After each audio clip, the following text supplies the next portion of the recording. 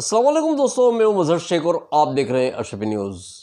काफ़ी दिनों की मेहनत के बाद डॉक्टर उदित राज जी, जो कांग्रेस के पूर्व सांसद और कांग्रेस के राष्ट्रीय प्रवक्ता हैं, उन्होंने आज 1 दिसंबर को रामलीला मैदान में डोमा यानी दलित, ओबीसी, माइनॉरिटीज़ और आदिवासी, इन चारों को एक प्लेटफॉर्म पर करने के लिए एक महासम्मेलन का आयोजन किया था। इस महासम्मेलन को कामयाब बनाने के लिए उन्होंने गुजरात से पूर्व विधायक गयासुद्दीन शेख का संपर्क किया था और गयासुद्दीन शेख ने भी काफ़ी मेहनत की इस कार्यक्रम को सफल बनाने के लिए। और आज दिल्ली के रामलीला मैदान में ये कार्यक्रम बहुत ही कामयाबी के साथ संपन्न हुआ। इस कार्यक्रम में देश भर से कई महान हस्तियों ने हिस्सा लिया और बड़ी तादाद में लोग भी इस कार्यक्रम में शामिल हुए। इस कार्यक्रम का मकसद था इन चारों को एक प्लेटफॉर्म पर लेकर आना और ईवीएम से लेकर वक़्फ़ तक जो भी मुद्दे हैं उन्हें रखना। इस कार्यक्रम में खड़गे जी भी हाज़िर रहे और खड़गे जी की हाज़िरी में पूर्व विधायक गयासुद्दीन शेख ने इस मंच से वक़्फ़ की आवाज़ को उठाते हुए बड़े ही बेबाक अंदाज में अपनी आवाज़ उठाई। दलित, ओबीसी, माइनॉरिटी, आदिवासी और माइनॉरिटी के साथी भी बहुत अच्छी संख्या में आ रहे हैं। आज हमारे 3 विधायक हैं, यहाँ पर 2 विधायक हैं, मामन खान जी हैं, आफ्ताब जी हैं, ये हरियाणा के विधायक हैं, कमाल फारूकी जी हैं, आप मुस्लिम पर्सनल बोर्ड के हैं, माननीय भंते सुमित रतन जी हैं। ये परिचय के मोहताज नहीं है।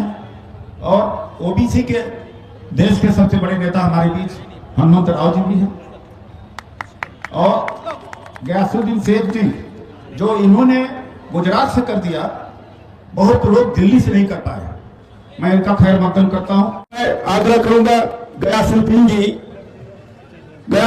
जी आए। धन्यवाद। आज के इस डोमा परिसंघ के कार्यक्रम में उपस्थित ऑल इंडिया कांग्रेस कमेटी के राष्ट्रीय अध्यक्ष मल्लिकार्जुन जी खड़गे जी, हमारे अध्यक्ष डोमा के जनाब डॉक्टर उदित राज जी और यहाँ उपस्थित तमाम गुजरात से, अहमदाबाद से आए हुए मेरे साथी हैं, उनका भी मैं सभी के साथ साथ खैर मकदम और स्वागत करता हूं। दोस्तों, आज जब हम देख रहे हैं कि देश में जिस तरीके से संविधान की धज्जियां उड़ाई जा रही है और बिल्कुल एक तरीके से लघुमती समाज को और मुस्लिम समाज को प्रताड़ित करने का काम किया जा रहा है, ऐसे वक्त में कि आज मुस्लिम समाज को बिल्कुल अछूत बनाने का जो है वो प्रयास संघ के लोगों ने, भारतीय जनता पार्टी के लोगों ने किया है। लेकिन आज हमने देखा कि जिस तरीके से लोकसभा चुनाव के अंदर परिणाम आए, 400 की बात करने वाले 240 पर सिमट गए। उसका एक ही कारण था, उसका कारण था कि देश के बहुजन समाज ने और मुस्लिम समाज ने सभी के साथ मिलकर के जिस तरीके से मतदान किया, तो आज वो जो 400 की बात करने वाले 240 पर आ गए। उसी का कारण है कि 240 पर आने के बाद महाराष्ट्र, हरियाणा, कश्मीर और झारखंड जीतने के लिए वक़्फ़ का मुद्दा ला करके देश के अंदर ध्रुवीकरण की राजनीति करने का प्रयास किया। पूरे देश को इतने भड़काऊ भाषण प्रधानमंत्री जी खुद दे रहे थे, उनके गृह मंत्री दे रहे थे, उनके चुने हुए चीफ मिनिस्टर दे रहे थे। ऐसे वक्त में भी उन्होंने ये प्रयास किया कि देश में ध्रुवीकरण हो और चुनाव को जीता जाए। जब भी सामाजिक न्याय की बात आती है, उस वक्त में ये ध्रुवीकरण की राजनीति शुरू होती है। जिस वक्त में मंडल कमीशन को लागू किया गया, उस वक्त में भी जो था सोमनाथ से लेकर के अयोध्या तक की यात्रा एडवाणी जी ने निकाल के देश को आग में धकेलने का काम किया। जब राहुल गांधी जी ने, खड़गे जी ने जब जाति जनगणना की बात की, 50% अनामत बढ़ाने की बात की, सामाजिक न्याय की बात की, उससे हड़बड़ाई हुई भारतीय जनता पार्टी ने पूरे देश को आग में झोंकने के लिए ध्रुवीकरण की राजनीति करते हुए वक्त का मुद्दा लाए, वक्त के साथ साथ भड़काऊ भाषण देकर लोगों को प्रताड़ित करने का काम किया है। आज मैं बहुत फख्र के साथ कहना चाहता हूं कि उदित जी ने मुस्लिम समाज को, जब आज चारों तरफ से घेरा जा रहा है, मुस्लिम समाज की कोई बात सुनने के लिए तैयार नहीं है। यहां तक कि जो सेक्युलर पार्टी है, वो सेक्युलर पार्टी भी मुस्लिम समाज का वोट लेने के बावजूद मुस्लिम समाज की बात करने के लिए तैयार नहीं है।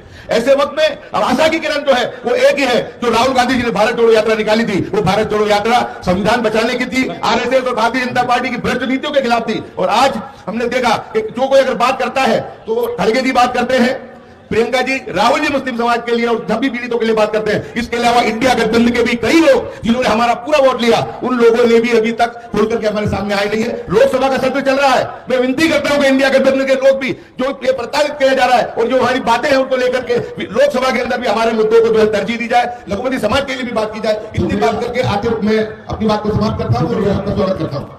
अभी एक मीडिया के साथियों ने कहा कि वक्फ का क्या मामला है। तो हमने कहा कि जैसे हिंदू एंडोमेंट ट्रस्ट होता है, काशी विश्वनाथ टेम्पल ट्रस्ट है, वो सरकार के द्वारा गठित हुए हैं, उसी तरीके से वक्फ का भी अस्तित्व है। और वक्फ कोई कांग्रेस के जमाने में नहीं आया। 1921 में ब्रिटिश हुकूमत ने पहले बार सर्वे कराया था वक्फ की कितनी प्रॉपर्टीज है। यह स्पष्टीकरण देना चाहता हूं। हालांकि कुछ हमारे साथी, जब मैंने वक्फ का मुद्दा जोड़ा तो असहज हो गए। आरएसएस के, बीजेपी के लोग, आरएसएस के लोग हमारे लोगों के बीच में हैं। उन्होंने कहा वक्फ का मुद्दा आप जोड़ेंगे तो हम नहीं आएंगे। हम कहा आपने आइए, मुझे मंजूर है, लेकिन वक्फ का मुद्दा जुड़ेगा और दलित, ओबीसी, माइनॉरिटी, आदिवासी एक होंगे और 85-15 को एक करके छोड़ेंगे। एक बात मैं और कहना चाहता हूं, घर में बैठ के जो गाल बजाते हैं कि ईवीएम हटनी चाहिए, समाजवादी पार्टी क्या, कांग्रेस क्या कर रही है, राजनीतिक दल क्या कर रहे हैं, तो जब महंगाई की मार होती है और नौकरी नहीं मिलती है तो जनता के ऊपर मार पड़ती है। तो क्या जनता की जिम्मेदारी नहीं होती है कि जनता भी नागरिक समाज की तरह, सिविल सोसाइटी की तरह उसे लड़ाई लड़ना चाहिए, क्योंकि वह बराबर की भुक्तभोगी होती है। मैं यह कहना चाहता हूं, अभी मीडिया के लोगों ने कहा ईवीएम, जब राहुल जी जीत जाते हैं, ओंकार जी मैं थोड़ी देर में आ रहा हूं, मैं 2 बार हो चुका हूं, राहुल जी जीत जाते हैं या अखिलेश जी जीत जाते हैं तो ईवीएम अच्छी होती है। हमने कहा ये दुष्प्रचार है। मैं मीडिया को लेकर कह देना चाहता हूं, लोकसभा चुनाव के बाद हालांकि राजनीतिक दलों के तरफ से हमारी जवाबदेही नहीं होती, हम सामाजिक संगठन है, कोई राजनीति की बात नहीं करें, तो चाहे जीते या हारे ईवीएम हमें नामंजूर है। लोकसभा के चुनाव के बाद इंडिया गठबंधन के बड़े नेता अखिलेश यादव जी ने भी कहा था हम जीते या हारे हमें ईवीएम मंजूर नहीं है। तो जो एक कुतर्क गढ़ा जा रहा है उसके बारे में मैं स्पष्टीकरण कर देना चाहता हूं। अपने कैडर को, अपने कार्यकर्ताओं को भी मैं टीच करना चाह रहा हूं कि ऐसे कुतर्क पूरे जगह फैलाए जा रहे हैं। और नीदरलैंड है, जर्मनी में तो केवल 2 जजों के बेंच ने, वहां की सुप्रीम कोर्ट ने ईवीएम को खत्म कर दिया। नीदरलैंड है, तमाम 31-32 देश है, उनकी लिस्ट मैं नहीं पढ़ना चाहूंगा। कोई व्यवस्था अपनाई जाती है, अगर उस व्यवस्था के अंदर अगर शॉर्टकमिंग होती हैं, any system adopted and in which if there are faults and frauds and loopholes, that system has to be abandoned, and many other countries they have abandoned that EVM. Why can't it be? एक तर्क किया जाता कि कांग्रेस लेके आई थी, तो कांग्रेस लेके आई थी, एक व्यवस्था थी, उस व्यवस्था के तब डिजिटलाइजेशन नहीं हुआ था, आज डिजिटलाइजेशन हो गया। एलन मस्क से बड़ा कोई टेक्नोलॉजिस्ट वर्ल्ड में नहीं है इस समय। लगभग 6,000 आसमान में जो सैटेलाइट्स हैं उसमें से 3,000 एलन मस्क के हैं। वो आदमी कहता है कि ईवीएम फुल प्रूफ नहीं है, और वहां पर ईवीएम को टेक्नोक्रेट से इंजीनियर को दे दिया जाता है कि हैक करके दिखाओ, यहां छूने नहीं दिया जाता। तो कैसे सिद्ध हो कि ईवीएम में फ्रॉड नहीं है? तो ये जो तर्क गढ़े जा रहे हैं इनके बारे में हमें सावधान रहना चाहिए। आपने देखा मंच पर एक तरफ संविधान कह रहा मुझे बचाओ। संविधान एक जीता जाता एक प्राणी है। कॉन्स्टिट्यूशन ऑलवेज इवॉल्व्स, एक जिंदा है।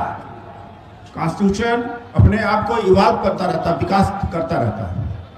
आप वो कह रहा है कि मुझे बचाओ, आप उसे बचाने आए हैं तो पूरा अनुशासन का परिचय दें।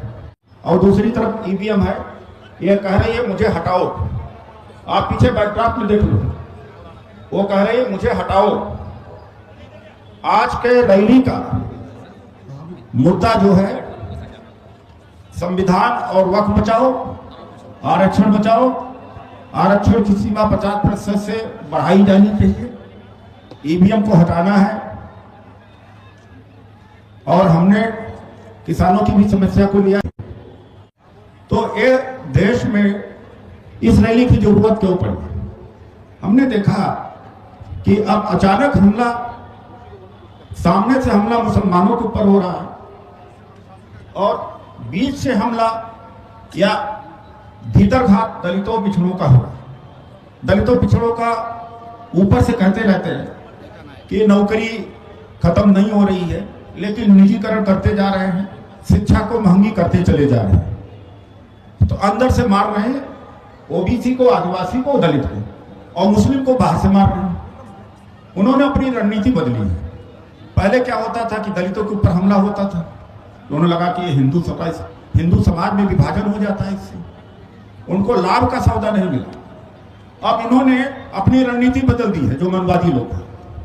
मैं किसी पार्टी का नाम नहीं लूंगा, गैर राजनीतिक मंच है और गैर राजनीतिक मंच की मारक क्षमता ज्यादा होती है, सिविल सोसाइटी की ज्यादा होती है। आज इसको कोई राजनीतिक मंच न बनाए और राजनीतिक लोग आए भी नहीं, कुछ लोग आए।